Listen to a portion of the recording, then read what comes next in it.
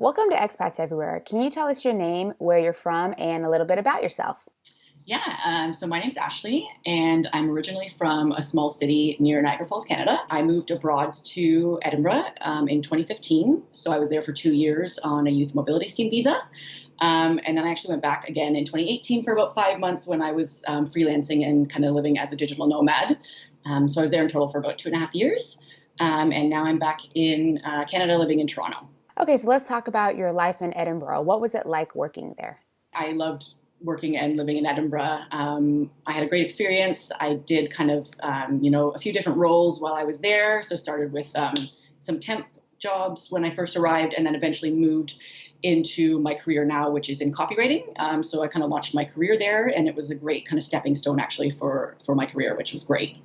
Awesome. So what other jobs did you see were available for expats?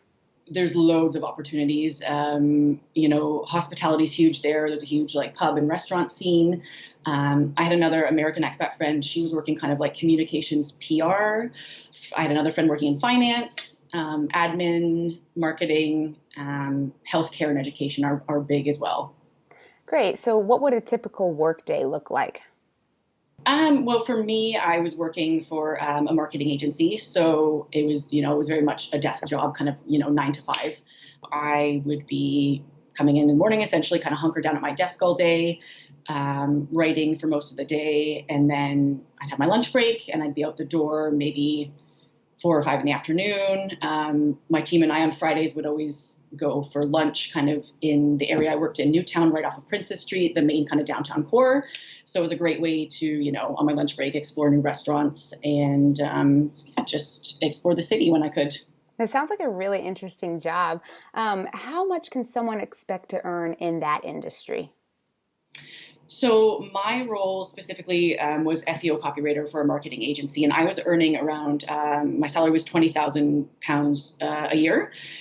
So I'd say that's more of like an entry level salary. I think the average kind of salary there might be more ballpark figure, like 25,000 to 30,000 pounds a year.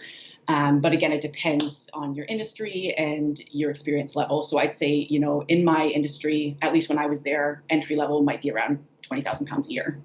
Okay, so for 20,000 pounds a year, do you think that is enough to live on, and what kind of lifestyle can you have with that? Yeah, it's definitely, even though, like I said, it's maybe on the lower end of the salary range, it's definitely possible to live comfortably there. I certainly did. But it just depends on, do you want to go out as much? Are you going to be traveling? What kind of place are you living in? So I lived in a 2-bedroom flat with a roommate to keep accommodation costs down.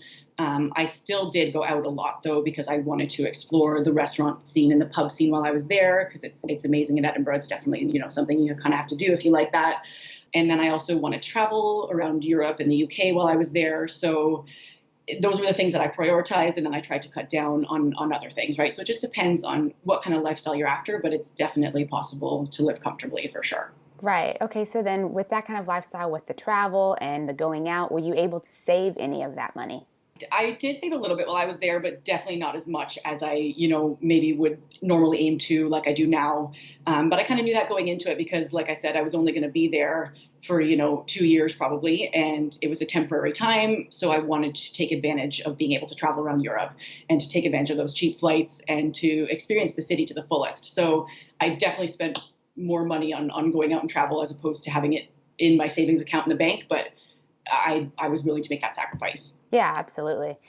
Okay, so if someone has a job and they're ready to go there, how much money do they need to bring with them just to get started? I'd say, if you can have, a couple £1,000 in your bank account, like 2-3 grand, let's say, just as a safety net, you don't necessarily have to have that, but you'd never know how long it's going to take you to get a job once you arrive. So I think just having a little bit of money in the bank as a cushion to cover your rent, at least for the first month or two, will definitely give you some peace of mind. Right. Okay, and then how should someone pack, and what's the weather like there? The weather is temperamental, I think is a good word in Edinburgh, unpredictable. It definitely has that kind of, UK stereotype, a lot of the rainy, cloudy days for sure. The winters are mild, which is nice, especially if you're coming from Canada like me. That was a change. And the summers they're not like hot. They're kind of more mild. So it's kind of like the same temperature year round. But like I said, there's a lot of rainy days, a lot of heavy wind as well. So lightweight layers are key. Good waterproof gear is definitely key if you want to, be able to go outside when it's raining, which is a lot of the time. A great umbrella, and one that is not going to, like bust opened in the wind, because that city honestly gets like gale force winds sometimes. So that's like a necessity. So just a lot of layers, and honestly, like dress like it's going to be 4 seasons in one day when you're there. Wow. Okay. And is there anything that you can't find there that you would recommend people bring with them when they pack? No, at least in my experience, there was never anything that I felt like I had to bring from Canada or that I couldn't find there, unless it's something really specific from your home country, like a food or something that's like, specific to like your culture. I wouldn't say you need to worry about that. You can kind of get anything that you need at the shops there. Okay, great. So let's shift gears a little bit and let's talk about safety. How safe was it there, and did you feel safe on a personal level? Yeah, I always felt completely safe in Edinburgh. I'd say it's definitely overall a really, really safe city. But like any city in the world, it has its more, maybe like rough areas or neighborhoods that aren't as quote unquote safe as others. So I think you just need to have your wits about you, especially if you're walking alone at night as a woman. Be aware of your surroundings and be aware of those kind of pockets that are maybe not as safe as others. But otherwise, there was never a time where I felt unsafe in that city. Great. So how do you meet people, and what kinds of things do you do for fun? Yeah, so meeting people, I met a few people through Facebook groups. So there was one group, it's called Gone Girl International, and it's like a community for female expats and travelers. So obviously this was pre-COVID. They would do kind of like monthly meetups. So I went to one of those. The website Meetup is just great as well. If you have any, hobbies or things you like to do, it's a great way to find like-minded people. And there's expat Facebook groups as well, which I think is great. Just Google, Edinburgh expats or whatever. I've seen a few of those. And as for what I like to do for fun, like I said, I loved exploring the restaurant scene in Edinburgh. The city is also super green. There's so many green spaces, so much nature. So I loved just walking around. Arthur's Seat is an extinct volcano in the city center. So there's some hiking trails up that, which is amazing. Princess Street Garden and the Meadows, when the sun comes out, everyone goes to those parks. So it's nice to just kind of chill and have a little picnic or whatever. And then traveling, I definitely liked to see more of Scotland. And it's so easy from Edinburgh. You hop on a train or a bus and you can be in the Highlands. So just exploring more of Scotland was definitely one of my favorite things. Awesome. Well, what was your visa process like? You went there 2 different times. So can you tell us the 2 different visa processes that you had? Yeah, so when I did the 2 years, that was with a youth mobility scheme visa. So that's available to Canadian citizens and a few other countries, Australia, New Zealand, I think Japan, and then a few others. So that is, if you're from one of those countries, it is really straightforward. You essentially just fill out the application online. You have to provide some supporting documents like a bank statement, passport photos, that sort of thing. You pay the fee, which I think now is around £250. And then there's like a biometrics appointment that you have to do in a city near you, just to get a photo and fingerprints and those kind of technicalities out of the way. And then essentially it took 2 weeks for that to be processed. So I had it, fairly easily after I had kind of everything done and filled out. So if you're eligible for that and you're under 30 years old, I'd say definitely look into it because it's an awesome option. The second time I went there, so I was freelancing at that time. So because I was freelancing, I could work from anywhere.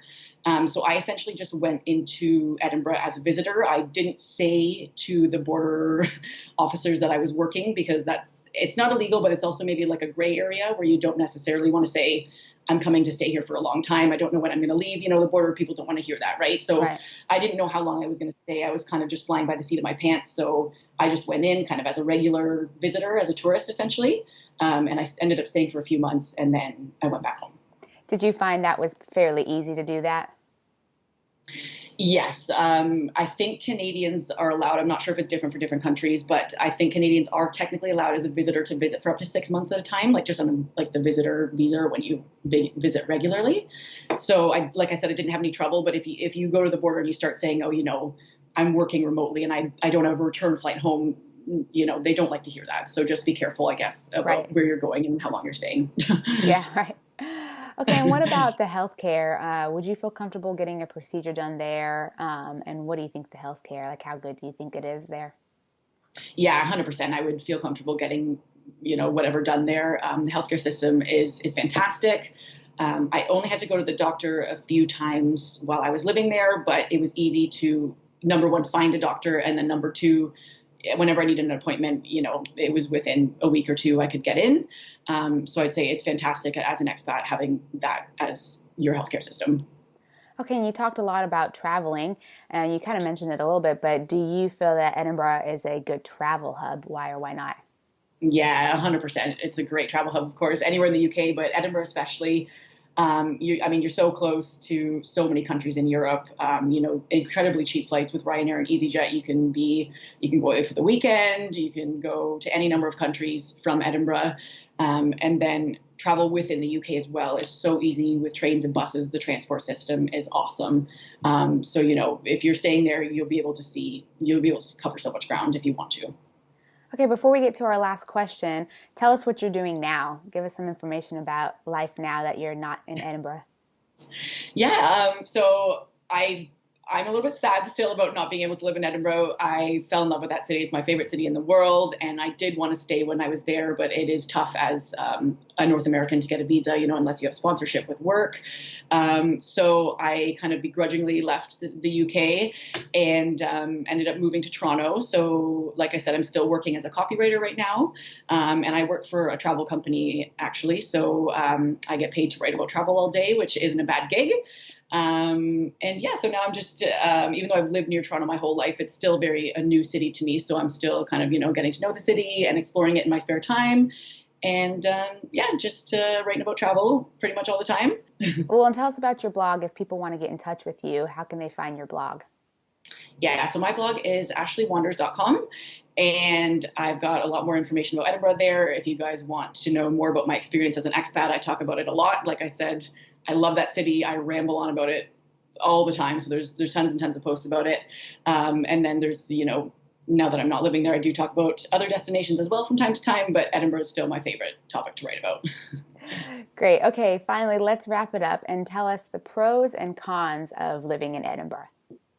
Oh, okay. So top pros, I would say it's very much like a medium-sized city, which I love. So it's not overwhelming. The transport is great, and it's so walkable. You can walk across the city. You don't even have to take transport a lot of the time. So I think that's amazing. Secondly, I'd say, like I mentioned before, there's so much green space, so many parks, so many kind of hiking and walking trails just within the city itself. So it's easy to get out into nature and to go for walks and stuff, which I love. Third thing I would say is even though it's a medium-sized city, there's so much to see and do. There's the touristy stuff, like I've mentioned, the restaurants. The Fringe Festival, the largest arts festival in the world, is on your doorstep in Edinburgh every August. So, and there's festivals going on throughout the year, which is amazing. So that's, I think, a huge plus. Cons, it is a bit of a pricey city for sure.